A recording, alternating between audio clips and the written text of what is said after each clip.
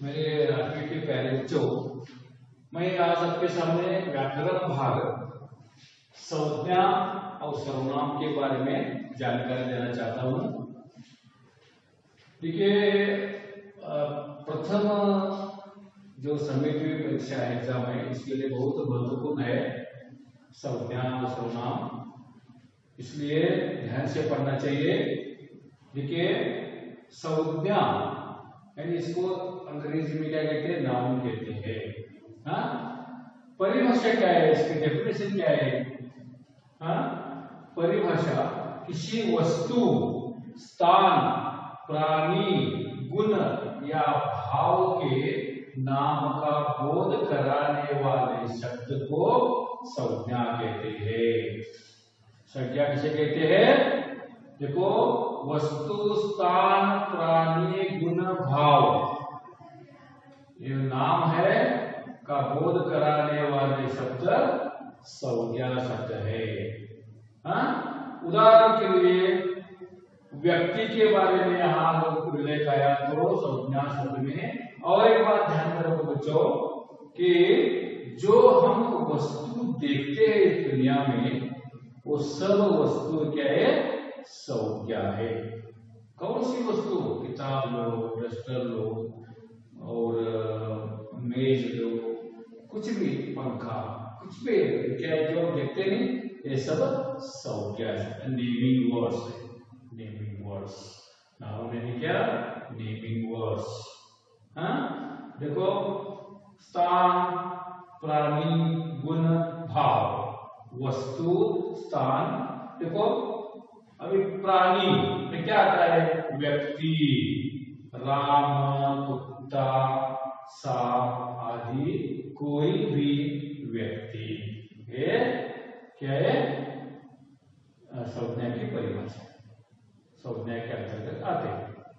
दूसरा क्या है? वस्तु। देखो, कुर्सी, किताब, बर्तन, कोई भी वस्तु, कोई भी वस्तु वो क्या है कि संज्ञा शब्द है। तीसरा स्थान, स्थान का भी यहाँ उल्लेख है। स्थान यानी आप कौन सा भी स्थान लिखते हैं, मुंबई लीजिए, Chikodi, Bharat, Russia, America, Japan, Pakistan, और कौन से भी स्थान, आगरा, एक्सेट्रा, ये सब स्थान के बारे में बताने वाले शब्द संज्ञा है। भाव में भाव, बुढ़ापा, भाव किसे कहते हैं? गुण, गुण या भाव। हाँ, बुढ़ा, बुढ़ापा, गर्मी, हाँ, लंबाई, चौड़ाई, सौंदर्य, मिठास, चतुराई, वीरता, प्रेम, गुस्सा आदि। सुनिए, क्या है कि बुढ़ापा, गर्मी, लंबाई, सौंदर्य, मिठास, चतुराई, वीरता, प्रेम, गुस्सा, ये भाव और गुण दिखाई नहीं देते लेकिन रहते हैं। कैसे? देखो, बुढ़ापा दिखाई देता है, गर्मी दिखाई नहीं देती लेकिन हम महसूस करते हैं, लंबाई दिखाई देती है। हाँ, ये गुण, ये गुण है, लंबाई, बुढ़ापा। सौंदर्य में गुण दिखाई देता है, सौंदर्य, मिठास के गुण मालूम होते हैं, और चतुराई, चतुर आदमी देखने पर मालूम होता है लेकिन महसूस होता है। वीरता मालूम होती है, प्रेम और गुस्सा भी क्या है? ये भाव है, भाव गुण है। ये सब जो हमने आपको बताया, सब जो शब्द है, इस सब शब्द संज्ञा के अंतर्गत आते हैं। यानी डेफिनेशन क्या है? किसी वस्तु, स्थान, प्राणी, गुण या भाव के नाम का बोध कराने वाले शब्द क्या है? संज्ञा है। समझे? बाद में देखिए टाइप्स ऑफ नाउन, यानी संज्ञा के प्रकार। संज्ञा के प्रकार कितने हैं? कुल 5 प्रकार है। संज्ञा के 5 प्रकार है, ध्यान रखना है, परीक्षा में आता है। संज्ञा की परिभाषा देते हुए क्या करना है, इसके प्रकार कौन से लिखिए। 5 प्रकार है। पहला है व्यक्तिवाचक संज्ञा, जातिवाचक संज्ञा, भाववाचक संज्ञा, समूहवाचक संज्ञा, द्रव्यवाचक संज्ञा। इस तरह के जातिवाचक, व्यक्तिवाचक, भाववाचक, समूहवाचक, द्रव्यवाचक। मुख्य मूल कितने हैं? 3 है, व्यक्तिवाचक, जातिवाचक, भाववाचक। यानी व्यक्तिवाचक है क्या? प्रॉपर नाउन, जातिवाचक है कॉमन नाउन, भाववाचक है अब्स्ट्रैक्ट नाउन। 3 मुख्य है, लेकिन कुल मिलाकर कितने? समूहवाचक और द्रव्यवाचक में कुल मिलाकर 5 है। ये 5 संज्ञा है, संज्ञा के प्रकार है। इसमें पहला व्यक्तिवाचक यानी प्रॉपर नाउन। व्यक्तिवाचक संज्ञा का अर्थ क्या कहता है? विशेष व्यक्ति यानी व्यक्ति के बारे में, विशेष प्राणी, स्थान के नाम व्यक्तिवाचक संज्ञा कहते हैं। क्या है इसका डेफिनेशन? विशेष व्यक्ति, विशेष स्थान, विशेष प्राणी के नाम व्यक्तिवाचक संज्ञा के अंतर्गत आते हैं। उदाहरण दिल्ली, सचिन तेंदुलकर, नेहरू, ताजमहल आदि। दिल्ली, सचिन तेंदुलकर, नेहरू, ताजमहल आदि ये क्या है? व्यक्तिवाचक संज्ञा है। यानी क्या है? व्यक्तिवाचक है क्या? बताने वाले, व्यक्तियों को बताने वाले संज्ञा शब्द। देखो ये व्यक्ति सचिन तेंदुलकर व्यक्ति के बारे में है, स्थान के बारे में है दिल्ली, नेहरू व्यक्तिवाचक स्थान के बारे में। दूसरा प्रकार देखो जातिवाचक संज्ञा, कॉमन नाउन। हाँ, कॉमन नाउन किसे कहते हैं? सभी जाति के प्राणी यानी समूह। हाँ, देखो क्या है? जानवर, एक जानवर है। उदाहरण के लिए बैल, अनेक प्रकार के बैल, भैंस, इसमें अनेक प्रकार है भैंस। पूरे जाति के जानवर। हाथी हम ले तो ये क्या है? जातिवाचक है, क्योंकि हाथी का एक परिवार है, एक परिवार है। मछली, पूरी मछली जाति, इसमें शार्क लीजिए, डॉल्फिन लीजिए, कौन कितने छोटी मछली लीजिए, ये सब पूरे जाति का बोध कराते हैं। मछली जाति का बोध कराते हैं, इसलिए जातिवाचक। पूरे प्रकार के जानवर ने अनेक प्रकार के जानवरों को हम पूरे जाति का बोध कराते हैं। वकील है क्या? समूह, ये वकीलों का समूह। देखो अनेक प्रकार के विषयों के ऊपर बताने वाले, न्याय देने वाले वकील रहते हैं, वो वकील है, उनका भी एक समूह है। ये जाति बताते हैं, वकील जाति। शहरों का समूह, कुछ शहर छोटे हैं, कुछ बड़े हैं, और जनसंख्या में ज्यादा कम है, लेकिन शहर ये जातिवाचक है। अध्यापक, ये भी क्या है? अनेक प्रकार के अध्यापक अध्यापिका है, इसलिए ये भी जातिवाचक है। गांव भी अनेक प्रकार के गांव है, अनेक प्रकार के देश है, ये सब जातिवाचक संज्ञा में आती है। तीसरा है भाववाचक संज्ञा यानी अब्स्ट्रैक्ट नाउन। अब्स्ट्रैक्ट नाउन से कहते हैं कि इसमें दया, प्रसन्नता, दया और प्रसन्नता भावों के नाम। किस तरह का भाव दिखाई देता है?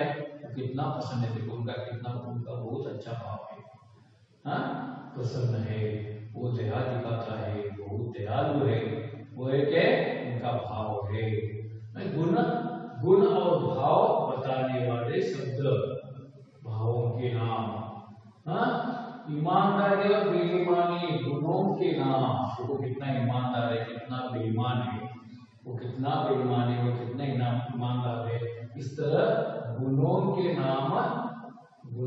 नाम बताने वाले, ईमानदारी बेईमानी गुणों के नाम, सुनेगा, ईमानदारी बेईमानी गुणों के नाम, सुनेगा।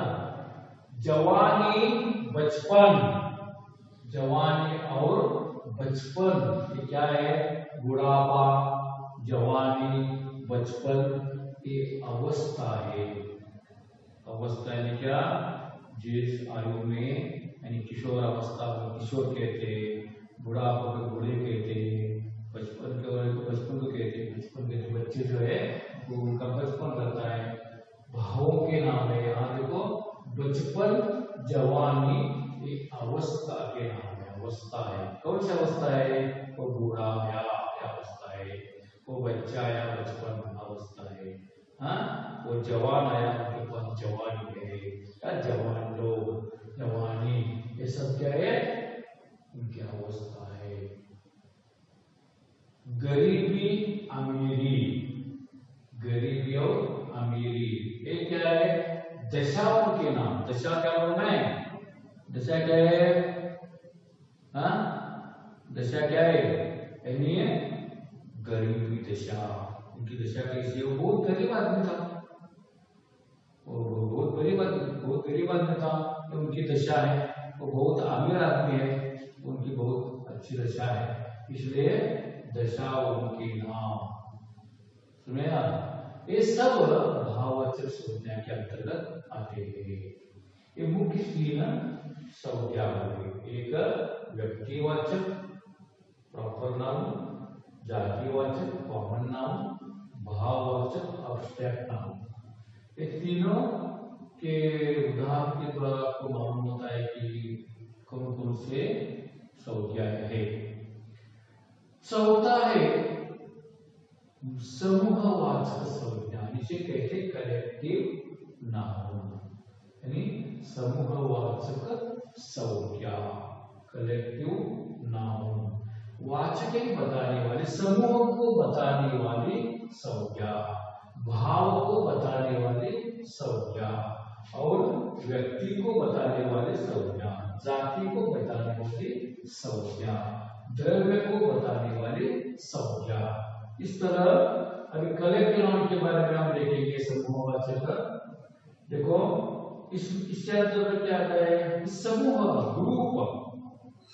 ग्रुप को दर्शाने, समूह को दर्शाने वाले संज्ञा शब्द, समूह को दर्शाने वाले समूह शब्द को क्या है, समूहवाचक संज्ञा कहते हैं। देखो परिवार, छोटा परिवार, बड़ा परिवार, उसमें क्या है, एक परिवार है, क्या है, एक समूह है। और भीड़ एक, वहां बहुत सी भीड़, बहुत से लोग इकट्ठा हुए, ये समूह, लोगों के समूह को भीड़ कहते हैं। यहाँ भी लोगों के समूह के झुंड कहते हैं। प्राणियों की झुंड रहते हैं, यहाँ सब प्राणी एक जगह पर आते हैं, प्राणियों की झुंड आई, हिरणों की झुंड आई। कक्षा यानी क्या, क्लास, अनेक विद्यार्थी एक जगह में रहते, ये विद्यार्थियों का समूह, इसे कहते हैं कक्षा। यानी समूह शब्द को दर्शाने वाले संज्ञा शब्द। द्रव्यवाचक संज्ञा, पांचवा क्या है, द्रव्यवाचक संज्ञा, मटेरियल नाउन। द्रव्य को बताने वाली संज्ञा, द्रव्य को, द्रव्य के लिक्विड, यानी इससे क्या शब्द देते हैं, द्रव्य रूपी लिक्विड, मालूम है, इसे अंग्रेजी में मटेरियल नाउन कहते हैं। देखो द्रव्य को बताने वाले संज्ञा, लिक्विड को बताने वाले कौन कौन से, दूध है, घी है, कोयला है, तेल है, सोना है, लोहा है, चांदी है, आदि है। मनवा बर्फ है, पानी है, ये सब क्या द्रव्यवाचक है। आपको आपके मन में प्रश्न आएगा बच्चों कि एक कोयला और सोना लोहा चांदी एक द्रववाचक कैसे है? आपको मालूम है ये गर्म किया तो कोयला पिघलता है, पानी का होता है। तो सोना कैसा है? सोना आपको मालूम है गहने कैसे बनाते हैं? सोने के गहने पहले पिघलाते हैं और सांचे में डालते हैं। हाँ, सोने रहते हैं, सोने बिस्किट के रूप में रहते हैं, वो सोना वो क्या करते हैं? पिघलाते हैं। पिघलाने के बाद क्या करते हैं? जैसा गहना चाहिए वैसे गहने में से उस सांचे में डालते हैं। लोहा भी वैसा ही, लोहा पिघलता है और चांदी भी पिघलती है। इसलिए ये सब मूल रूप से लिक्विड है। तेल, दूध ये मूल रूप से है। घी भी क्या हम गर्म करने के बाद पतला होता है, यानी ये दूध और तेल ये दोनों क्या है? दूध और तेल ये मूलतः ही लिक्विड है, यानी द्रव्य है। लेकिन ये घी और कोयला, सोना, लोहा, चांदी ये क्या है? पिघलने के बाद लोहा और सोना, चांदी और कोयला क्या होते हैं? पिघलने के बाद द्रव्य बनता है, इसलिए वो द्रव्यवाचक बताया है। समझ बच्चों? ओके, ये करना चाहिए। इसके बाद में इसके बाद जो पाठ है वो सर्वनाम के बारे में आपको जानकारी देता हूँ।